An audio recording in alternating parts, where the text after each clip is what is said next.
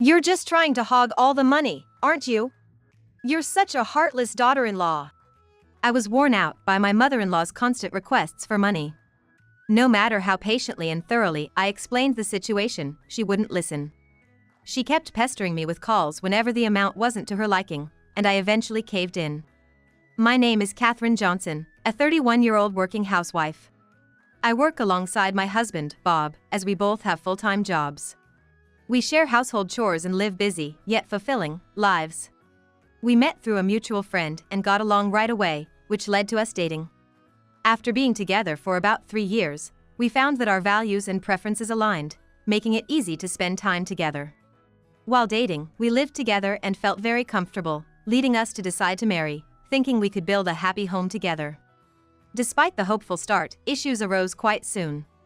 2 years into our marriage, things between Bob and me were smooth. The problem was with my mother-in-law.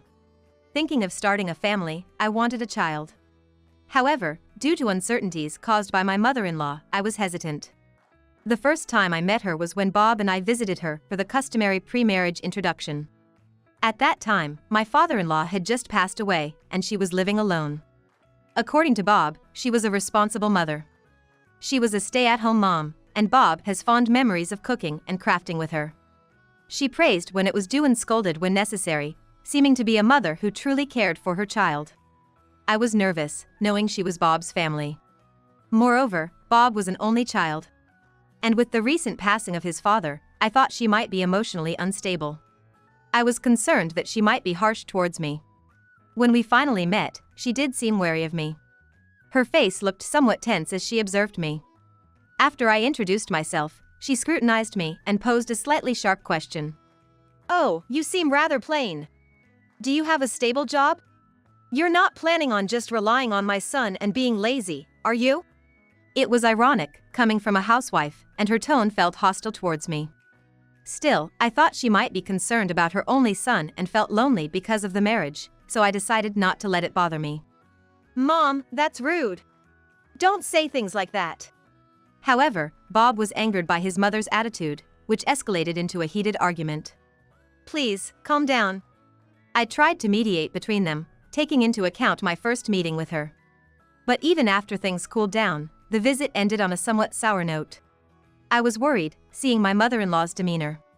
Still, I thought there was no need to force a close relationship, and since we weren't going to live together, I remained optimistic. Given the significant distance between our residences, I hoped we could at least occasionally meet and maintain a cordial relationship. Trusting that Bob would support me, I was relaxed about my mother-in-law at this point. However, after returning to our apartment where we lived together, Bob confessed that he had been sending money to his mother. "I should have told you sooner, but the thing is, she had never worked, being a housewife all her life. With the father-in-law around, this was never a problem. But after his passing, she began asking for financial help. She wasn't of retirement age yet, and even with the inheritance from her late husband, she could probably sustain her lifestyle for a few more years at most. Being fond of shopping, if she continued living as when her husband was alive, her savings wouldn't last a year. I didn't realize until now, but Mom isn't good with money. It seems Dad managed things before. When her husband was alive, he strictly managed their finances, and she used money responsibly under his guidance. But now, on her own, Bob felt uneasy about her spending habits. But considering they had been together for over 20 years, he initially thought he might be overly worried. Also, since Bob had already moved out and given her good health, despite her lack of work experience, he assumed she would manage somehow.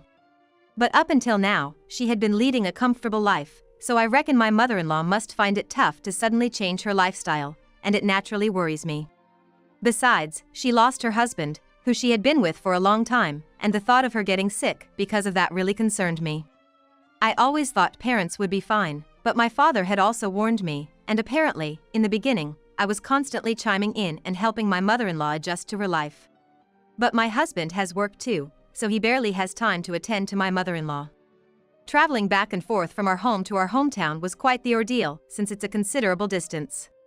Plus, my mother-in-law would pester us about sending more money, insisting that as long as she gets her allowance, everything's okay, leading us to eventually surrender and send her $1,500 a month. Whoa! You're not sending her that much just because she's unwell, are you? The amount he was sending was way more than I imagined, and I couldn't help but blurt out my surprise. I felt that just because she's family, that doesn't mean we should give her that much money. I don't want to put any burden on my mom, and I definitely don't want to inconvenience her, my husband reasoned. Apart from his regular job, my husband also earned from his blog, so we had some financial cushion. He started the blog during his college days when he had some free time, and by the time he graduated, he was already making as much as a typical office worker. Later on, he got a job at a company that allowed side hustles, so even now, while focusing on his main job, he still runs his blog, earning even more than he did in college, which has led to a comfortable savings and income situation. Sending $1,500 a month would still be manageable, even if our family grew in the future. I also understood my husband's concerns about his mother living alone, so I was okay with the allowance to her. With that settled, we tied the knot without any issues. But not long after we got married, I received a call on my smartphone from my mother-in-law. Curious about what she wanted, I answered, only to find out she was asking me to also contribute to her allowance. Bob has been sending money, right? We can't spare any more than what we're currently giving. I wondered why she was asking me as well when we were already sending $1,500, and even though she's my mother-in-law, I firmly declined. You both work and have some financial flexibility, right? I'm really gonna be in a bind without a bit more money.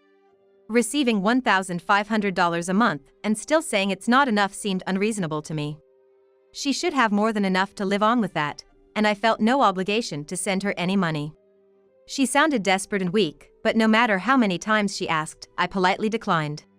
But she was relentless, and her tone gradually became harsher and more demanding. You married into our family, so you have a duty to support me. You work, you have the means. Do you even care what happens to me? We're already sending $1,500, you know. It's not easy to make that kind of money. Asking for more is just not possible. But the money I earned was for my husband and our future family.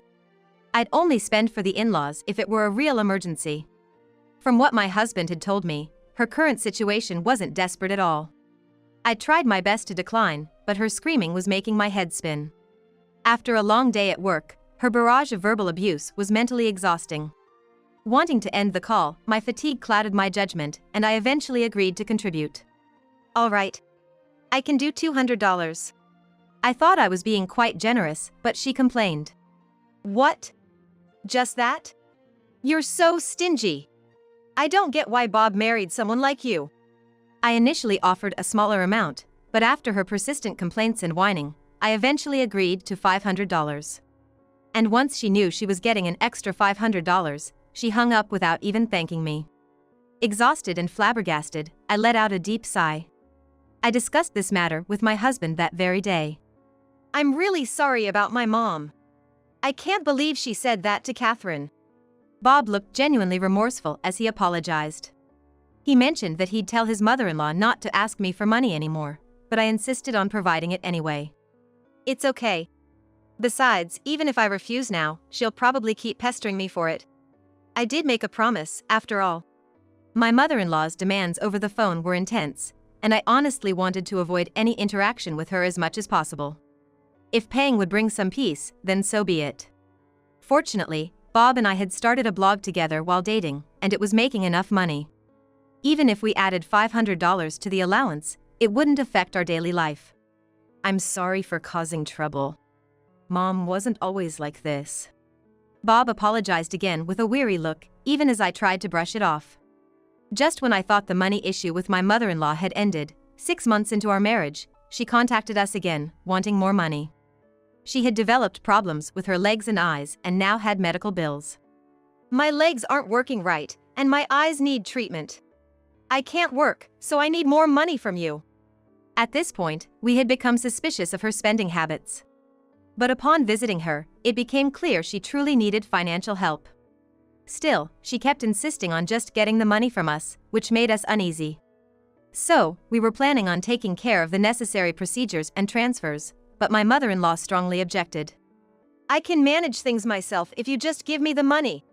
So please, increase the amount you send. She then requested a whopping $5,000, which we flatly refused. There's no way your medical and living expenses are that high. If we take care of the necessities, our current contributions should suffice. Even if we had a decent income, giving her $5,000 monthly would stretch us thin. Moreover, $300 a month should be more than enough for her medical needs. She was asking for way too much. From the beginning of our marriage, it was evident she had a penchant for money. Now, it felt like she had an obsession. It was almost maddening. We couldn't keep sending money her way without conditions. We tried to explain how difficult it was for us to earn that kind of money and how it would strain our lives. We even offered to guide her on managing her finances better. However, she barely listened and remained stubborn. I want to have extra just in case. With my bad legs, I might need care, and I want to be prepared. While she had a point, trusting her with such a large sum made us nervous. If you ever need care, just tell us, and we'll help you out. But she kept on about wanting more money. You two won't be around immediately if something happens. If I have the money, I can manage on my own. Negotiations at her place led nowhere. She was relentless, calling dozens of times a day, making most of our call logs from her. We couldn't even notice calls from work or friends anymore. After much persuasion, we eventually gave in and increased the allowance. Once we did, the calls stopped, and for the sake of peace, we deemed it a necessary sacrifice. Now, 2 years into our marriage, we are sending her $5,000 every month. While the monthly expense hurts, our income had increased since then. Just when we started considering having kids, tragedy struck. Bob was involved in a car accident while at work and had to be hospitalized. It was touch and go for a while, but with treatment, he stabilized. Thankfully, workers' compensation covered most of the hospital bills, but Bob was on medical leave, affecting our income. To keep sending money to his mother, we'd have to dip into our savings. Given Bob's condition, continuing the allowance for his mother seemed nearly impossible. We informed her about Bob's accident and explained that due to the medical bills and his absence from work, we couldn't provide the allowance. Bob had an accident and is hospitalized.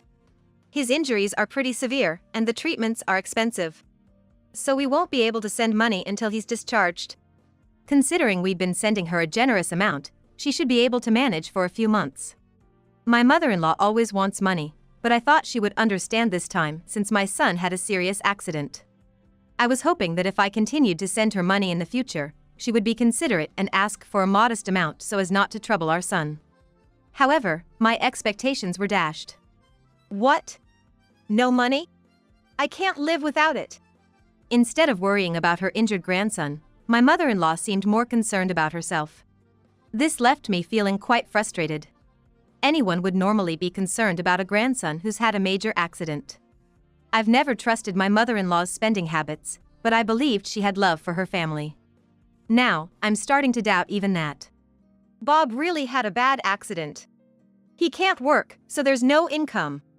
Plus, the hospital bills are high, so I can't send you $5,000 this time.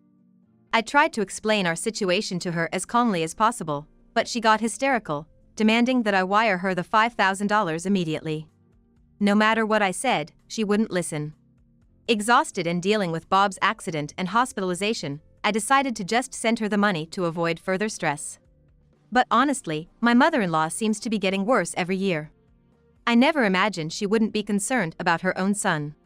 With the financial strain and concerns about my mother-in-law's behavior, I decided to discuss the matter with Bob once he stabilized. By then, Bob had been in the hospital for a month. He was still immobilized by his injuries, but he could talk to visitors. Even when I told my mother-in-law she could visit, she never did. However, my own parents, who live much farther away, came to visit Bob as soon as they heard. Seeing my parents visit while his own mother didn't made Bob quite sad. I'm really sorry about my mom. I can't believe she's like this. Bob remembered his mother being more considerate in the past, and he seemed deeply disappointed. With the stress from his injuries, he looked even more worn out. Your mom seems to take the money for granted. If this continues, we're really gonna be in a bind. Up until now, I had been patient since she's Bob's mother. But I've reached my limit and voiced my frustrations to Bob. It's not just about the money. Given how she's been acting, I wouldn't want her around our kids, if we ever have any. Seeing my distress, Bob made a determined face and made a suggestion. My mom's behavior is really off. How about we test her? Test her? How? I would normally decline such an idea, but given how much trouble we've had with my mother-in-law, I decided to go along with Bob's plan. Eventually, after 3 months, Bob was discharged from the hospital. We didn't tell my mother-in-law since she never visited during those 3 months. Bob was home but not fully recovered. As we were relaxing, a call came in from my mother-in-law. I figured she was probably calling about the money. Seeing her name on the caller ID, I felt a mix of frustration and dread. But this was the perfect time to execute our plan. Bob and I exchanged glances, nodded, and put the call on speaker. As expected, my mother-in-law's first words were about money. "Hey, where's this month's money? Send it now." To execute our plan, I responded with a heavy tone. "I can't send you money anymore. Your son has passed away." "What?" This was Bob's idea, the playing dead strategy. It's a last resort and quite distasteful, but my mother-in-law's behavior was too much to handle. So, I lied and told her Bob had died. We wanted to gauge her reaction to decide on future financial support. I've given up on expecting anything from my mother-in-law, but Bob still hoped she would care more about her son than the money. Sadly, reality proved otherwise. After a brief silence, she shockingly sounded pleased. "So, him passing away means that I'll get a piece of my son's inheritance, huh?" When I heard he was hospitalized, I looked into the inheritance and found out that I have a share too. "Catherine, I won't let you hog all the inheritance, you know."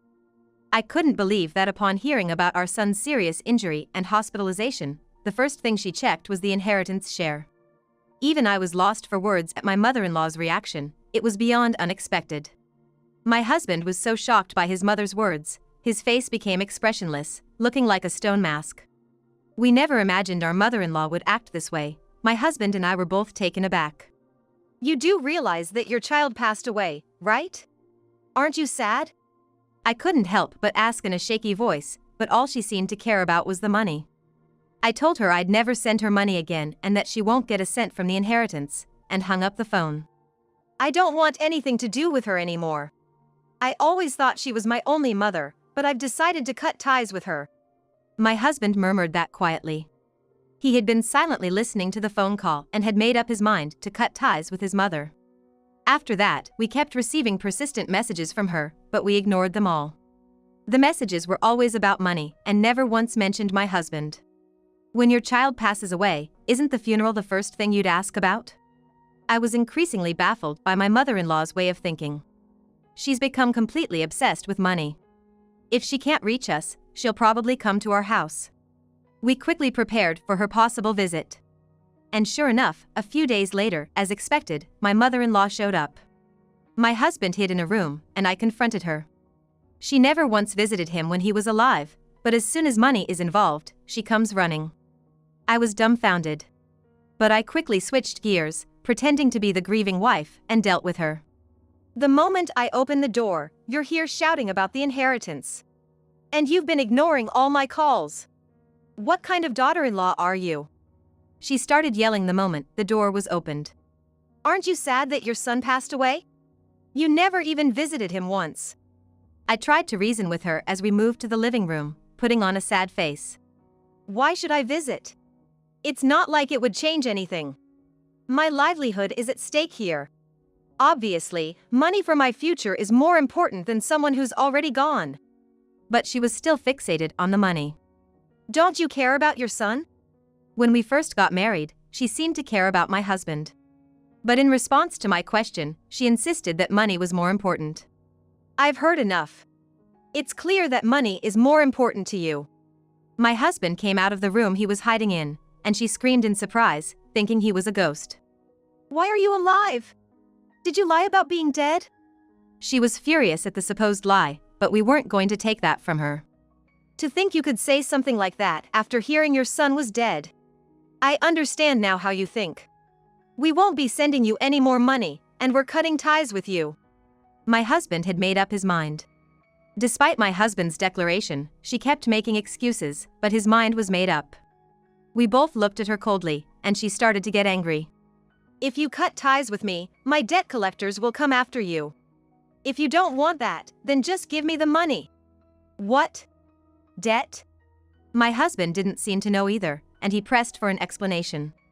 Turns out, my mother-in-law got addicted to slot machines and racked up debt, naming my husband as the cosigner without his knowledge. We knew she was reckless with money, but never expected she had debt. In a threatening tone, she said to us, "Kids should listen to their parents. If you understand, then give me money." But my husband's stance didn't change, responding calmly, "Even if we give you money, you ain't gonna use it to pay off the debt. Get out of here now." With that, my husband kicked out the raging mother-in-law and locked the door. She caused a commotion outside for about 30 minutes, but then she seemed to give up and left.